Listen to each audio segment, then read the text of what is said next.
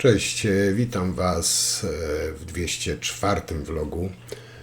Moi drodzy, ostatnio parę vlogów były takie drobne naprawki, drobne awarie.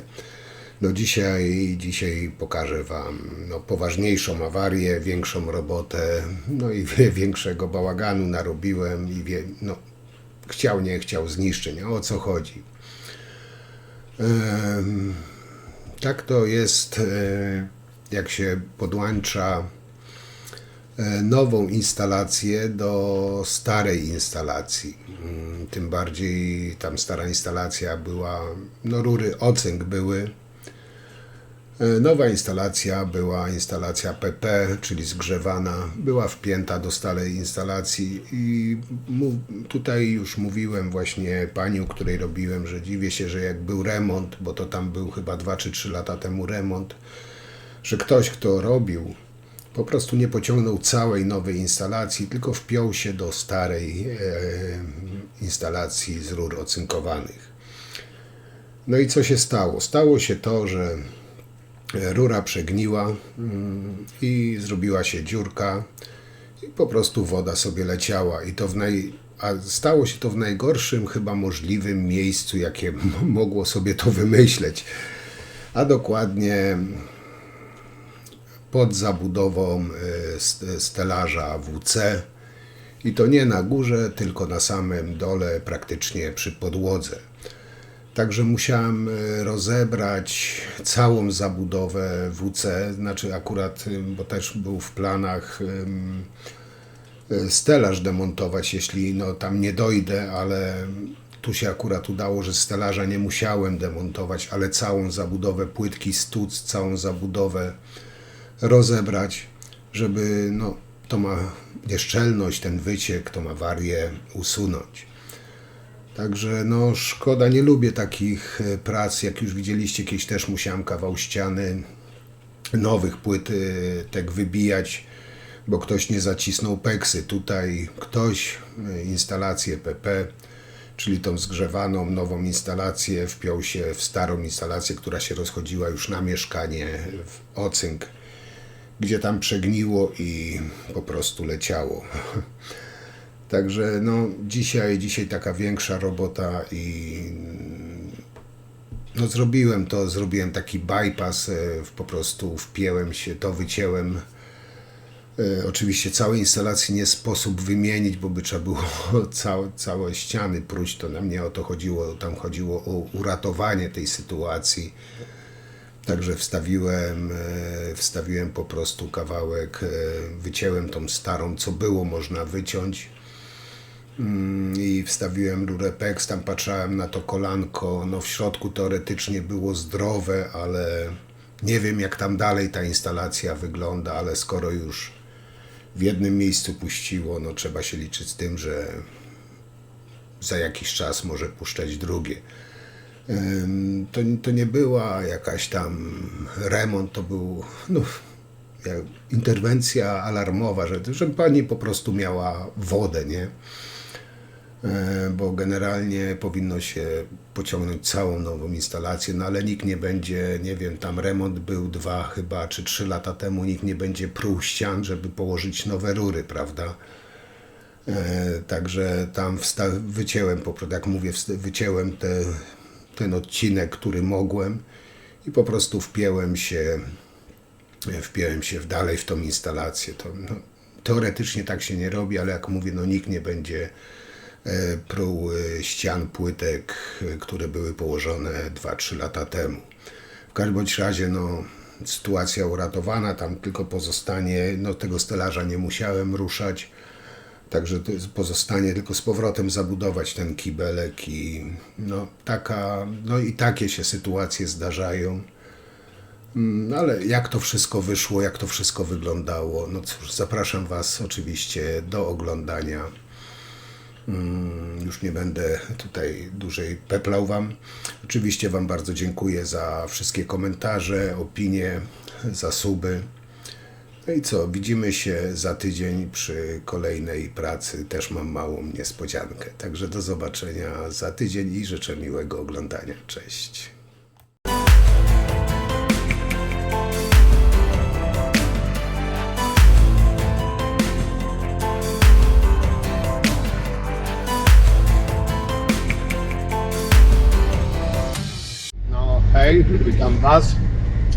Moi drodzy, ostatnio takie popierdółeczki robiłem, a dzisiaj jedziemy na taką poważną robotę, już poważną awarię. No powiem Wam, że trochę tam posiedzimy. No dlaczego? Już Wam opowiadam. Tam wcześniej byłem obejrzeć. Pani jak puszczała ciepłą wodę, jej gdzieś jej w ścianie szumiało. No okej, doszliśmy od strony zabudowy, tam odkułem od góry troszeczkę, żeby zobaczyć gdzie, co i jak. No i powiem Wam, że szczeliło w najgorszym możliwym miejscu, a dokładnie jak macie kibelek do zabudowy, to w samym rogu, na samym dole, na kolanku szczeliło. Także co muszę zrobić, żeby się tam dostać? Muszę rozwalić całą zabudowę niestety, zdemontować ten kibel i się dostać do tej rury. No wymienić ten uszkodzony odcinek i potem ten stelaż z powrotem zamontować. Tam pani mówiła, że już będzie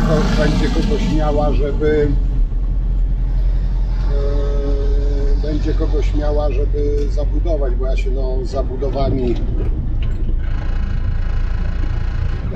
zabudowami nie zajmuję, bo wiecie, że murarka to nie mój fach. No ale generalnie rzecz biorąc, powiem Wam, że masakra. Ktoś jej robił remont 2 lata temu. Robił jej remont 2 lata temu, łącznie z instalacją wodną. I część instalacji wodnej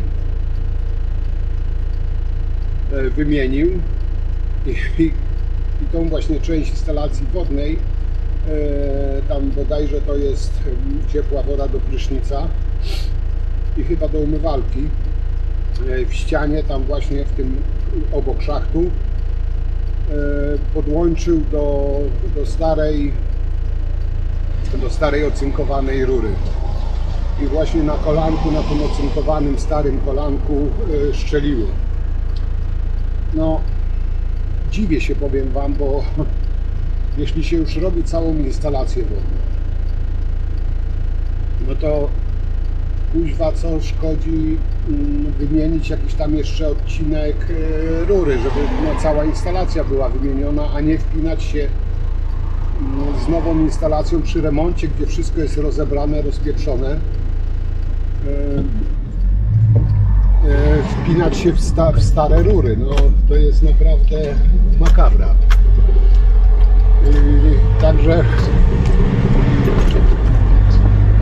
kobieta się nacieszyła remontem 2 lata i teraz muszę jej rozwalić całą zabudowę, cały kibel w zabudowie, żeby wymienić pęknięte kolanko. Także no trochę tam posiedzę, trochę tam roboty będzie.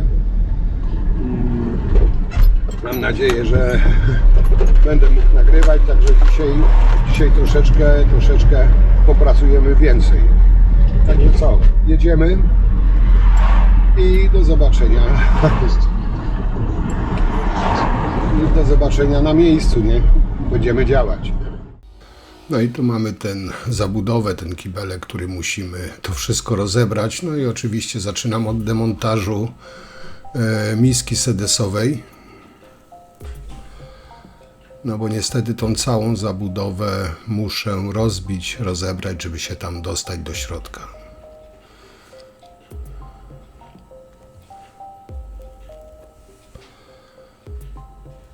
Także wykręcam tą miskę sedesową, no tak jak powiedziałem, muszę ją zdjąć. Ten przycisk muszę zdemontować, tak jak widzicie. Kibelek na razie na bok.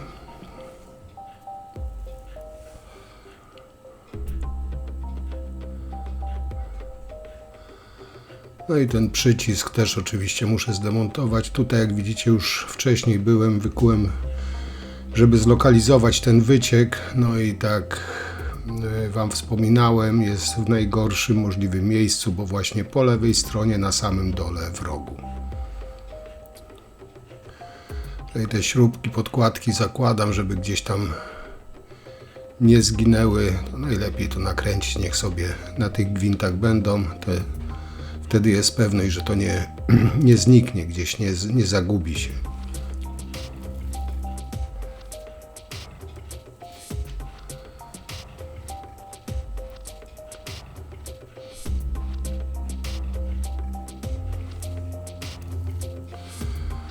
No i tutaj właśnie ten przycisk, tą ramkę trzeba zdemontować.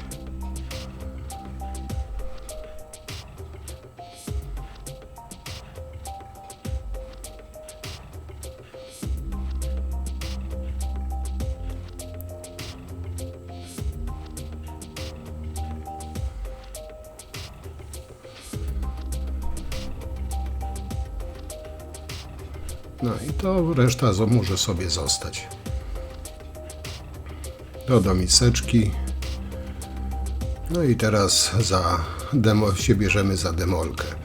Tu jeszcze w koło wytnę, bo to było silikonem, tu w koło objechane, żeby te płytki były sklejone ze sobą. No, trzeba tak zrobić, żeby tych płytek na ścianie oczywiście nie uszkodzić.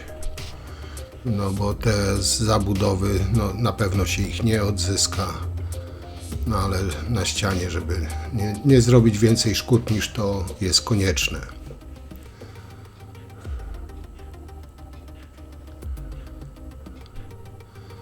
No i tutaj tą górną płytkę odbijam. To oczywiście no dobrze było przyklejone, bo ciężko nawet od płyty szło odbić. Pękała, no ale to normalne, że tu raczej się nie odzyska tych płytek już.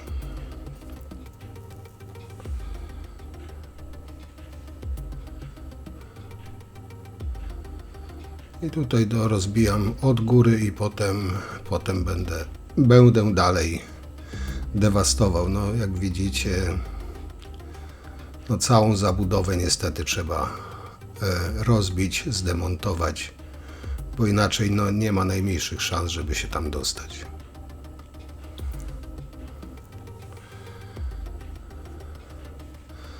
No i tutaj powiem Wam, moi drodzy, nauczony doświadczeniem, tam ileś vlogów dalej, widzieliście jak sobie na płytce palucha rozwaliłem aż do mięcha.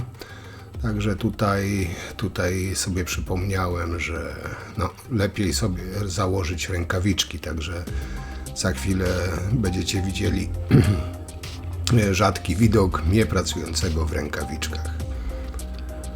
No jak wiecie, no nie cierpię w rękawiczkach robić, ale no są prace, w których jednak te rękawiczki są nieodzowne.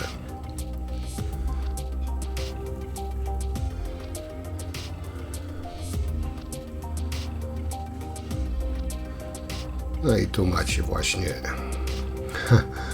rzadki widok Zbyszka w rękawiczkach. Nie, żarty żartami, ale to się powinno w rękawiczkach robić,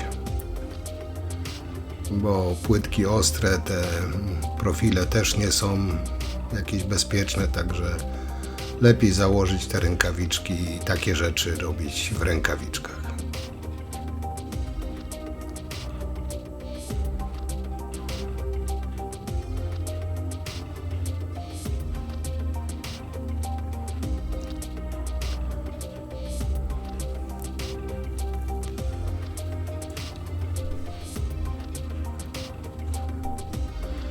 Tutaj od razu odkładam ten gruz w miarę możliwości do worków, żeby no jak najmniej brudu robić.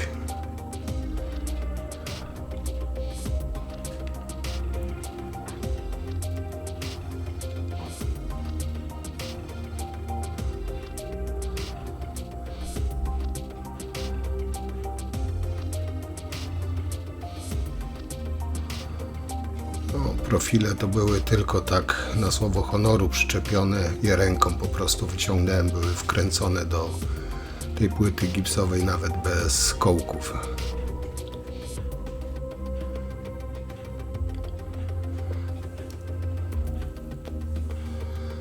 No ale konstrukcja się trzymała, jakby nie patrzeć. Przez 3 lata to działało. No tutaj taka podwójna zabudowa, bo tu dopiero się stelaż zaczyna. No tak ktoś sobie wymyślił, żeby to było wyższe.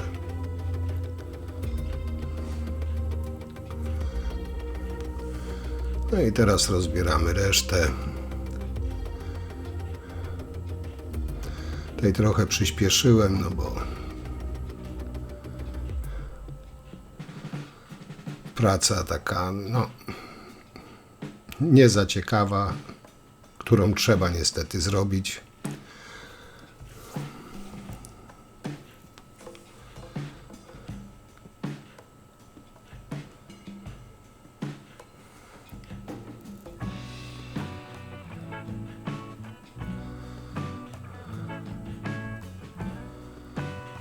No i tutaj mamy odkrytą górę dopiero.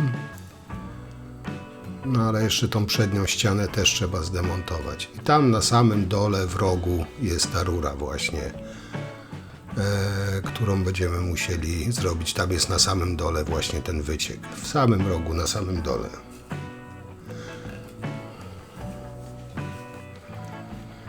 No i pierwotne założenie było, że no będzie trzeba też stelaż demontować, no ale tutaj, jak później zobaczycie, udało się bez demontażu stelaża, no ale tą frontową ścianę też oczywiście no trzeba całą zbić, zdemontować.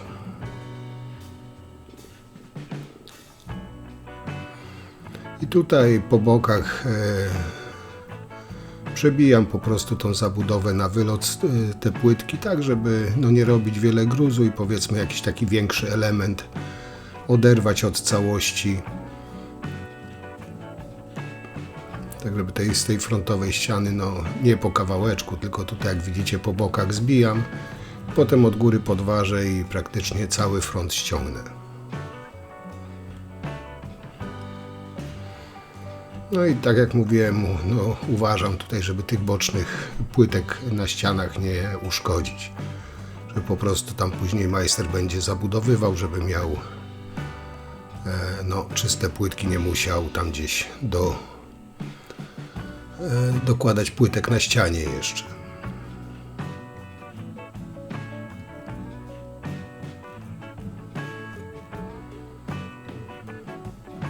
No i tu od góry odbijam właśnie tą frontową ściankę od stelażu.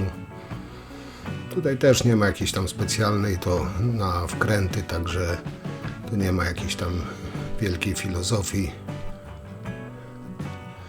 No i oczywiście trzeba uważać, żeby nie uszkodzić zbiornika tego na wodę. No trzeba to z wyczuciem wszystko, że tak powiem, robić. I teraz się trochę szarpię, żeby oderwać tą przednią ścianę.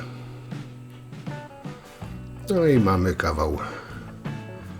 kawał ściany oderwane. Tak widzicie, tutaj specjalnie dół zostawiłem, bo dół tamto się wyrzuci, ten dół zostawię, żeby miała się na czym muszla opierać, no bo tutaj zanim przyjdzie fachowiec zabudować to, no to tą muszlę tutaj oczywiście zamontuję z powrotem, no ale też nie może w powietrzu wisieć, także te dolne płytki, te dolne ściany po prostu potem podstawię, żeby muszla się miała na czym opierać. No i tu praktycznie właśnie w tym rogu jest ta awaria, tylko tu jest jeszcze wklejona płyta jedna, którą też rzecz jasna będę musiał tutaj odkuć trochę, no, żeby móc tam jakoś narzędziami operować. No jeszcze takie te większe fragmenty odrywam od zabudowy. Oczywiście tutaj ten cały stelaż, wszystko zostawiłem nieuszkodzone. No i tutaj właśnie na dole w rogu jest ten cały babok, który musimy zrobić. Jak widzicie, miejsca nie jest za wiele. No ale postanowiłem spróbować to zdemontować bez demontażu stelaża całego. Na pewno mi to pracy nie ułatwiło, no ale też nie chciałem sobie jakichś tam dodatkowych prac robić. Zresztą nie wiem, jakby tam potem było, jakbym to zdemontował, jak tam z demontażem by było.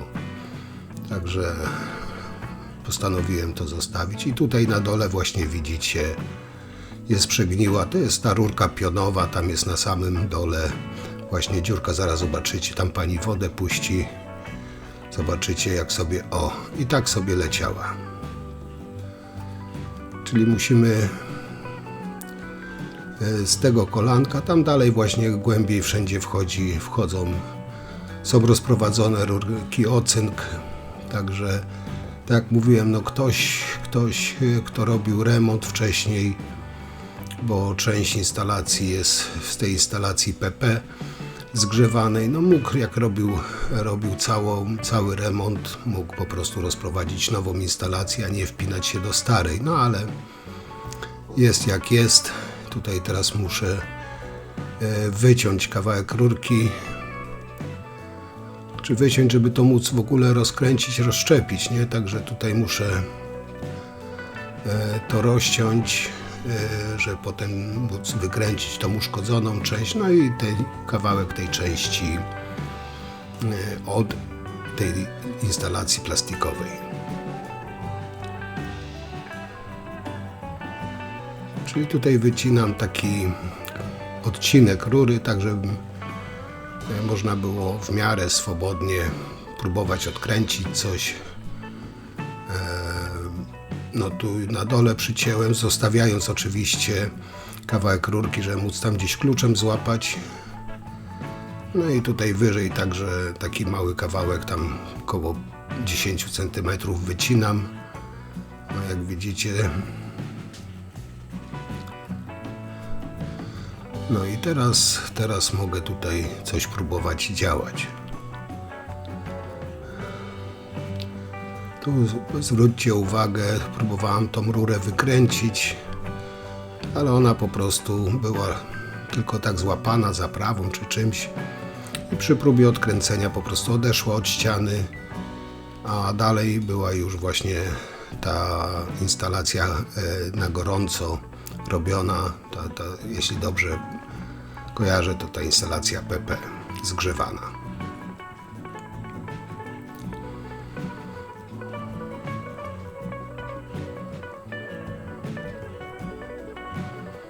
No i tutaj zaraz to wyciągnę, bo to jest luźne.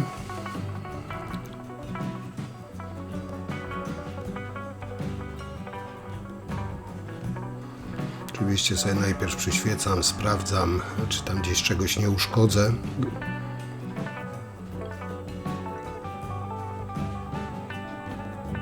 No i to potem będziemy demontować. Tutaj sobie tą rurkę opukam z każdej strony. Z każdej strony sobie ją opukam, żeby po prostu łatwiej było wykręcić. A powiem wam, że naprawdę był spory problem z wykręceniem tego. Tu jak widzicie, do toalety już nowa instalacja szła, a reszta wszystko właśnie do tej ocynkonozy. No i teraz ten odcinek uszkodzony tutaj usiłuję odkręcić. Powiem wam, że raz, że nie było zbyt wiele miejsca, żeby tym kluczem operować. No a druga sprawa, że to było tak zapieczone niesamowicie, żeby to na początku ruszyć, to powiem wam, tym kluczem tą rurę zgniotłem praktycznie, zanim to się ruszyło. No już przez chwilę myślałem, że będę musiał po prostu demontować cały stelaż, żeby mieć lepszy dostęp do tego. Ale generalnie jak już puściła, to już był sukces. bo najważniejsze, żeby no, ta rurka puściła. Też się bałem, że się gwint urwie, zostanie w środku. No wtedy bym musiał już ten stelaż demontować, żeby te kolano wykręcić, bo w tak ciasnym miejscu, z takiej pozycji przez ten stelaż nie było szans nawet, żeby te kolanko ruszyć. Zresztą przy takich starych instalacjach w ogóle jest strach robić, bo tu się może urwać, tam ułamać, tu wygiąć, także to jest takie trochę pole minowe.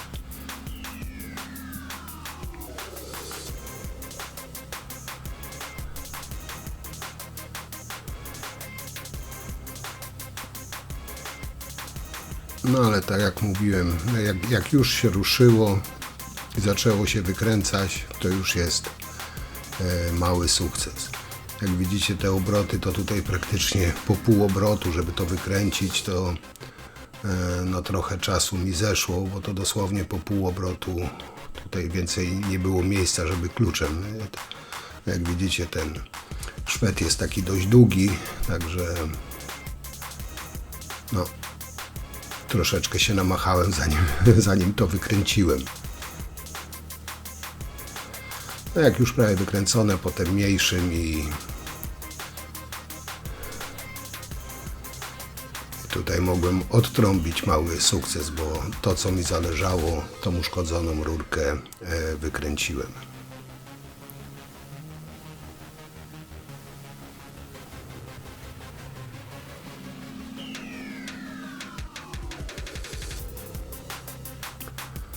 No teraz jeszcze pozostanie oczywiście wykręcić to resztę tej instalacji właśnie, która była wpięta do tej zgrzewanej instalacji. No tu muszę morsem sobie skontrować.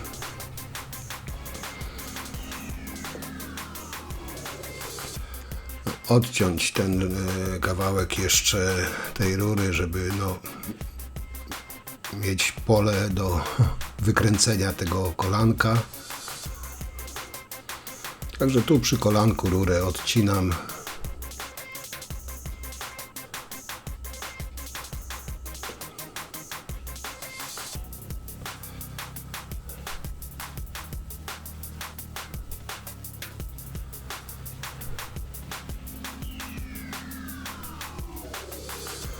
No i to mamy odcięte, to teraz zostanie wykręcić. Tutaj nie powinno, tu wiedziałem, że pójdzie w miarę gładko, bo no, tu było po prostu wpięte, nowa instalacja w starą, także na pewno nie było tak zapieczone jak tam na dole, gdzie wykręcałem.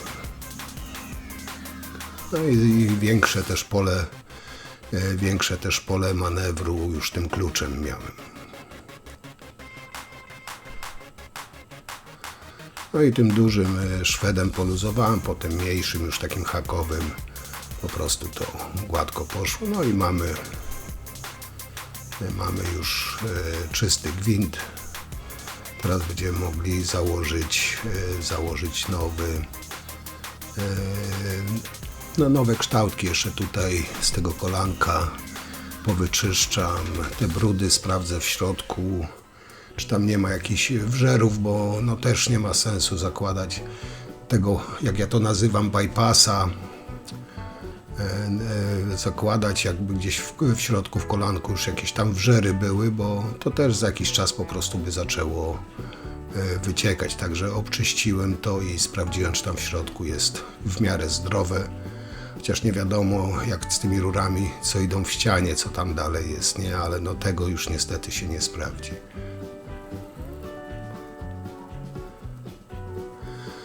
Także tam kolanko było zdrowe. Tutaj nicią teraz uszczelniam i zaraz tutaj przejściówkę i tutaj z tego bypassa zrobię speksy.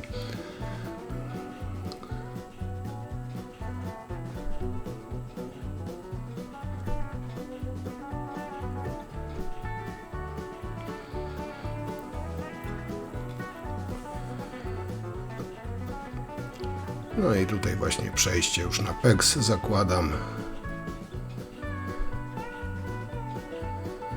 Tutaj dokręcę już tak na opór i jak to mam tak wyciągnięte, że tak powiem. Od razu oczywiście tutaj rurkę zaprasuję, bo to się cofa i się chowa w tym tunelu technicznym całość.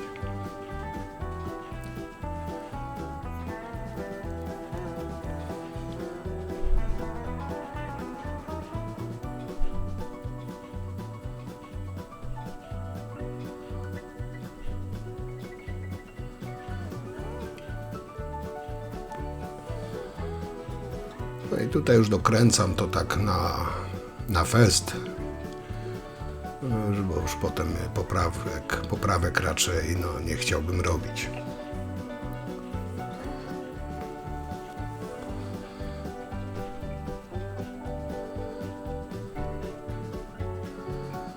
No i teraz tutaj zakładamy rureczkę, zaprasujemy to.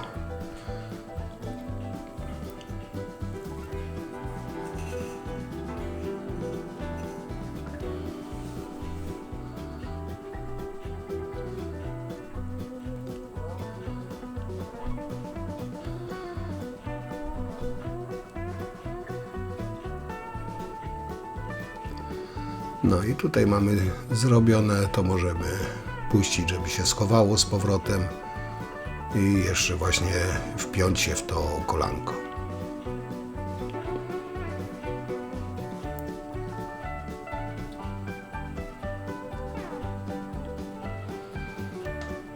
Tutaj redukcję, znaczy miałem, bo ocynk to redukcję też z ocynku, bo tutaj rury 3/4. Tej redukcji właśnie jest 3/4 na 1/2. Tych ocynków praktycznie nie używam, a gdzieś tam mam w zapasie jeszcze jakieś pozostałości, to tam gdzie ocynk, to jeszcze wkręcam, łączę ocynk z ocynkiem. Także tutaj ta przejściówka z ocynku jest jeszcze.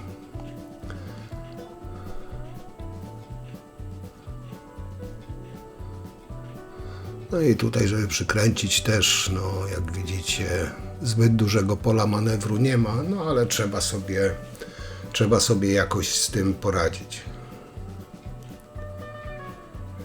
Już przy takim drobiazgu nie będę przecież demontował całego stelażu. Pod odpowiednim kątem klucz ustawić, raz z jednej, raz z drugiej i idzie wszystko dokręcić. No i teraz kolejną złączkę na PEX.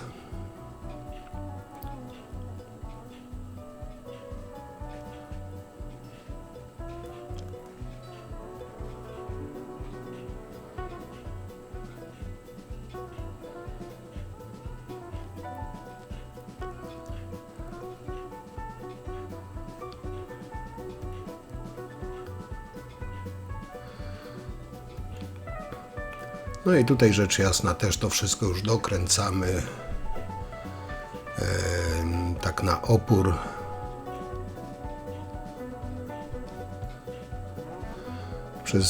Później pomyślałem, czy ja tam podejdę z praską, bo tak jak widzicie, ilość miejsca tu nie powala.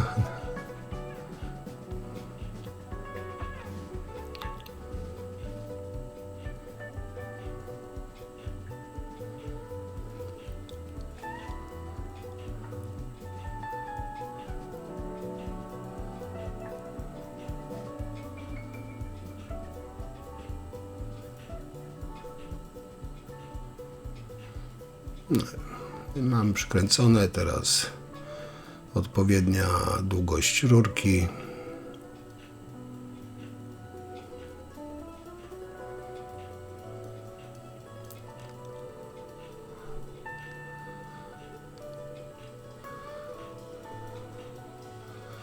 Oczywiście trzeba pamiętać o kalibrowaniu rury, to już nieraz Wam mówiłem, pokazywałem.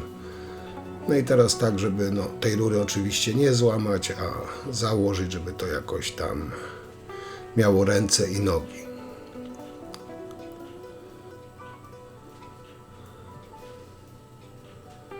No i jak mamy rurkę obsadzoną, teraz tylko właśnie podejść z praską, żeby to zaprasować, zacisnąć.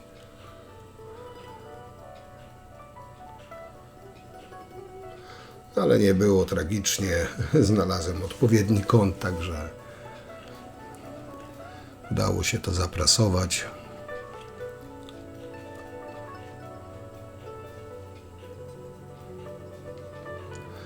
No i mamy ten bypass założony, teraz tam poprosiłem panią, żeby puściła wodę, no bo oczywiście trzeba sprawdzić, czy nie ma jakichś jeszcze wycieków.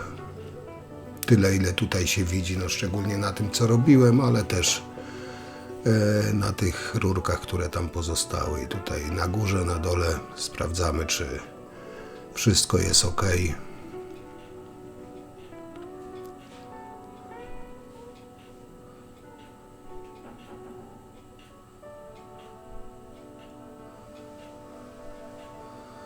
Także suchutko, nic nie ciekło.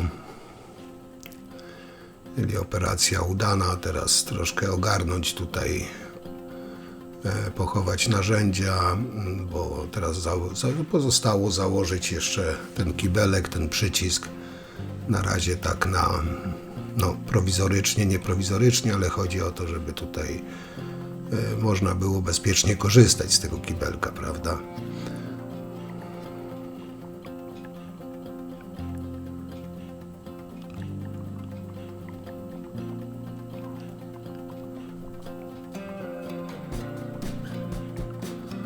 Czyli te nakrętki, podkładki ściągamy.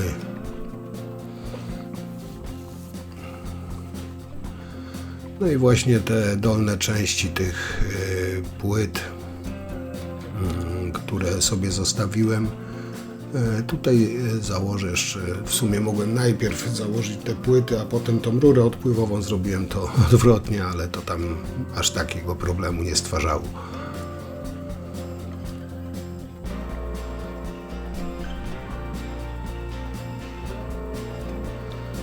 No i teraz te właśnie całe elementy tych płyt właśnie na dole, żeby ta muszla na czymś się opierała, żeby można było bezpiecznie usiąść. Czyli to, co oderwałem, to tu na dole zakładam, przystawiam, nawet nie zakładam, przystawiam, żeby ta muszla musi się na czymś opierać, nie może w powietrzu wisieć.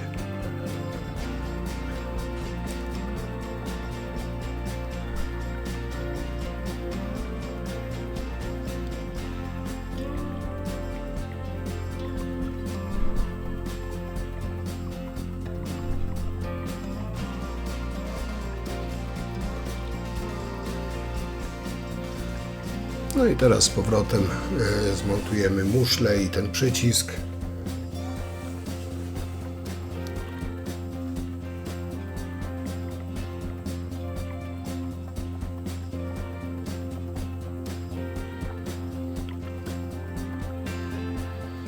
No i powiem Wam, że tutaj jak dokręciłem tą muszlę, to po prostu była stabilna, także spokojnie można było na tym siadać, nawet sam na niej siadłem, żeby sprawdzić, czy tam gdzieś coś nie trzeszczy, nie ugina się, żeby po prostu było bezpiecznie.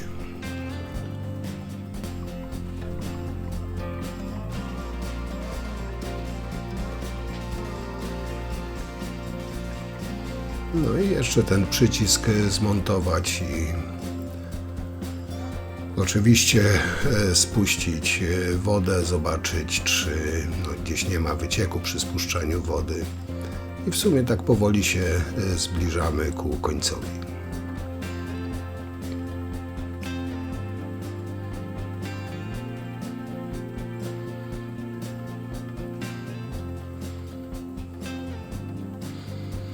Ramka założona, przycisk założyć.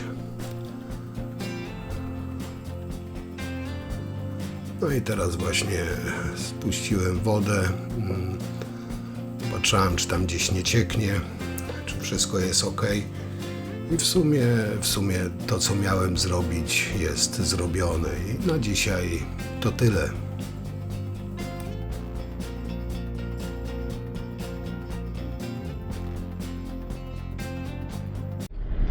No i tak, zrobione, jak widzieliście, nie było lekko, łatwo i przyjemnie.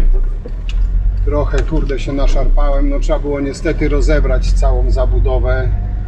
Jak mówię, no ja nie lubię tak rozbierać, kurde, takich fajnych, no ale czasami trzeba. Jak widzieliście tam na samym dole, jeszcze na kolanku, na samym dole, na kolanku się dziura zrobiła w rurze i no i ciekło sobie. Także jeszcze był problem. Jeszcze był problem z wykręceniem tego. No nie chciałem już tego kibla ruszać, tej zabudowy, znaczy tego stelaża wykręcać. No udało się, mało miejsca strasznie było. No ale dało radę. Także wykręciłem te kolanko, patrzałem, bo chciałem te kolanko też wykręcić, ale generalnie to kolanko zdrowe było. Zresztą tam w całym mieszkaniu są, znaczy w całym mieszkaniu, do kuchni, gdzie idzie, to wszystko tam było, stalowe rury, także no, ktoś, kto tam robił remont, no, mógł sobie to generalnie wymienić, nie? No ale jest jak jest, było jak było. Tą rurkę udało się wykręcić dziurawą, tak widzieliście, wstawiłem kawałek peksy,